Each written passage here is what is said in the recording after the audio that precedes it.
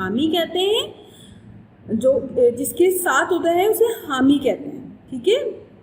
جب خالق دینہ ہال کراچی میں مولانا محمد علی جوہر اور مولانا شوکت علی پر مقدمہ چلا کہ جو بی اماں کے بچے تھے, تو ان کی بہادر ماں بی اماں عبداللہ ہارون کے گھر آ کر رہنے لگی. جب دونوں بھائیوں کی قید کی سزا ہوئی اور بی اماں ان سے ملنے جیل جاتی تو وہ بھی اپنے بچوں کو جیل میں ساتھ لے جاتے اور مولانا محمد علی جوہر اور مولانا شوکت علی سے ملواتے. وہ چاہتے تھے کہ ان کے بچے بھی یہ دیکھیں کہ قوم کے عظیم قائدین اپنے قوم کے لیے کیسی کیسی تکالیف برداشت کر رہے ہیں. وہ سماجی کاموں میں ہمیشہ خود کو پیش رکھتے تھے. لڑکیوں کو تعلیم دلوانے کے لیے ایک اسکول بھی بنوایا جو بعد میں ان کی والدہ حنیفہ بائی کے نام سے موسوم ہوا. انہوں نے عبداللہ ہارون کالج, مسلم جیم خانہ, مدرسے, یتیم خانہ اور کھیل کا میدان بھی تعمیر کروایا. سماجی اور سیاسی خدمات کے اعتراف میں حکومت نے انہیں سر کے خطاب سے نوازا. سیاسی میدان میں بھی آپ نے بھرپور حصہ لیا اور قوم کے لیے اس کے مثبت نتائج بھی حاصل کیے. 1920 میں سندھ کا پہلا روزنامہ الوحید جاری کیا جس نے 25 سال تک ہندو پریس کا مقابلہ کیا. 1923 میں ممبئی کے قانون ساز ادارے کے لیے الیکشن لڑا اور کامیابی حاصل کی. سندھ کو ممبئی سے الگ کرنے کی تجویز بھی پیش کی. بعد میں 1935 کے قانون کے تحت سندھ ممبئی سے الگ ہوا. اس سے مسلمانوں کو سب سے زیادہ فائدہ پہنچا. سر عبداللہ ہارون 5 سال تک سندھ خلافت کمیٹی کے صدر رہے. سندھ میں یونائٹڈ پارٹی کے قیام میں بھی ان کا حصہ رہا. 1938 میں آپ ہی کی کوششوں سے سندھ صوبائی مجلس لیگ کے اجلاس میں مسلم لیگ کے اجلاس میں مہمانوں کے لیے علیحدہ وطن کی قرارداد منظور ہوئی. بعد میں مارچ 1940 کے مسلم لیگ کے اجلاس میں قرارداد پاکستان پیش ہوئی تو اس کے تائید کرنے والوں میں عبداللہ ہارون بھی تھے. اس موقع پر تقریر کرتے ہوئے آپ نے فرمایا کہ یہ ایک حقیقت ہے کہ مسلمان سندھ کے راستے ہندوستان آئے تھے. سندھ کے مسلمانوں اور سامنے سب سے پہلا یہ مسئلہ تھا کہ جو اب مسلم لیگ کے سامنے ہے. یہ مسلمانوں کا فرض ہے کہ وہ اس کو قرارداد کو منظور کر لیں. 17 اپریل 1942 کو کراچی میں حرکت قلب بند ہو جانے کے باعث انتقال کر گئے. قائد اعظم محمد علی جناح نے ان الفاظ میں انہیں خراج تحسین پیش کیا. وہ مسلم لیگ کے انتہائی مضبوط ستونوں میں سے ایک تھے. انہوں نے نہ صرف مسلمانان سندھ کی خدمات سر انجام دی, عظیم خدمات سر انجام دی, بلکہ پورے ہندوستان کے مسلمانوں کی دن رات خدمت کی. انہوں نے غلامی کی زنجیروں کو کاٹنے اور آزادی کے حصول کے لیے دن رات ایک کر دیے. کراچی میں عبداللہ ہارون کالج, عبداللہ ہارون مسلم جم خانہ اور عبداللہ ہارون روڈ انہی کے نام سے مشہور ہیں. بچوں, ہم نے یہ سبق پڑھا ہے سر عبداللہ ہارون کا. اب ہم اس کے سوال جواب کی طرف آتے ہیں. ٹھیک ہے بچوں, چلیں بچوں پڑھتے ہیں ہم سر عبداللہ ہارون کے سوال جواب کی طرف.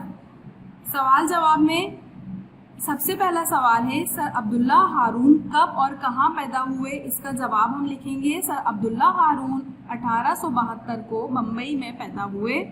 ان کا تعلق ایک کچھی میمن مسلم گھرانے سے تھا. اس کے بعد دوسرا سوال ہے ہمارا سر عبداللہ ہارون کی والدہ کا کیا نام تھا. اس کا جواب ہم لکھیں گے سر عبداللہ ہارون کی والدہ کا نام حنیفہ بائی تھا. شوگر کنگ کے کیا معنی ہیں. اس کا جواب لکھیں گے ہم شوگر کنگ کے معنی شکر کا بادشاہ ہیں. اس کے بعد چوتھا سوال ہے بچوں بی اماں کون تھی.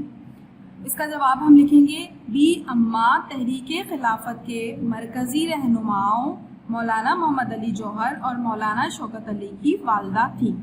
اس کے بعد پانچواں سوال ہے عبداللہ ہارون نے کب اور کون سا رسالہ جاری کیا. اس کا جواب ہم لکھیں گے عبداللہ ہارون نے 1920 میں الوحید رسالہ جاری کیا جو سندھی زبان میں شائع ہوا تھا. اس رسالے نے 25 سال تک ہندو پریس کا مقابلہ کیا. اس کے بعد ہمارا سوال نمبر 6 ہے سر عبداللہ ہارون کی وفات کب اور کہاں ہوئی. اس کا جواب ہم لکھیں گے بچوں سر عبداللہ ہارون کا انتقال 17 اپریل 1942 کو کراچی میں حرکت قلب بند ہو جانے کی وجہ سے ہوا۔ اس کے بعد آ جاتے ہیں ہم درست جوابات کی طرف جو آپ کی بک میں ہے۔ یہاں پر میں نے صحیح کر کے آپ کو بتایا ہے۔ عبداللہ ہارون کی والدہ، ان کا نام تھا، جو 2 آپشن دیے گئے ہیں آپ کو، حنیفہ بائی یا سلمہ بائی، اس کا آپ آنسر لکھیں گے حنیفہ بائی۔ دوسرا ہے سماجی اور سیاسی خدمات کے اطراف میں انہیں خطاب دیا گیا، خطاب سے نوازا گیا، لارڈز یا سر، تو یہاں پر ہم لکھیں گے سر کے۔ تیسرا ہے ہمارا 1920 میں سندھی کا پہلا روزنامہ الوجود یا الوحید۔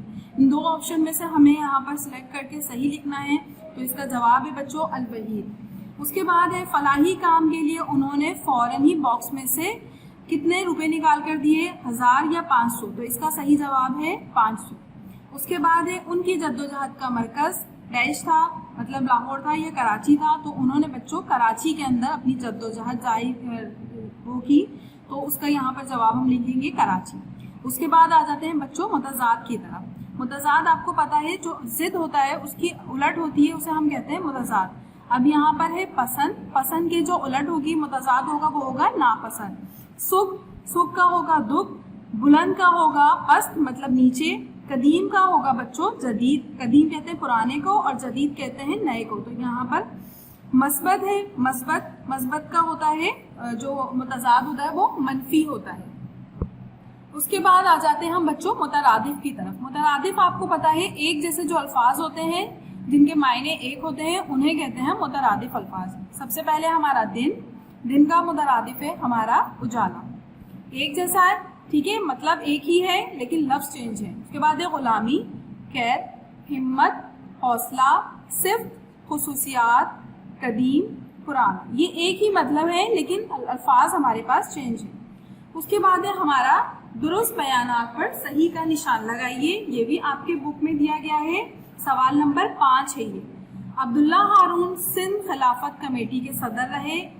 یہاں پر آپ کو آپشن دیے گئے ہیں بک میں 7 سال، 5 سال، 3 سال، 2 سال، تو یہاں پر ہم لکھیں گے 5 سال۔ یہ آپ اپنی بک میں دیکھ لیجئے گا، آپ کی بک کے اندر سوال نمبر 5 ہے یہ۔ عبداللہ ہارون اپنی والدہ کے ساتھ گئے، کہاں پر گئے عبداللہ ہارون؟ خریداری کرنے، سبزی لینے، حج پہ، تو یہاں پر میں نے یہاں 2 آپشن لکھے ہوئے ہیں، تو آپ اس میں سے جو صحیح آپشن ہے وہ لکھیے گا حج پر۔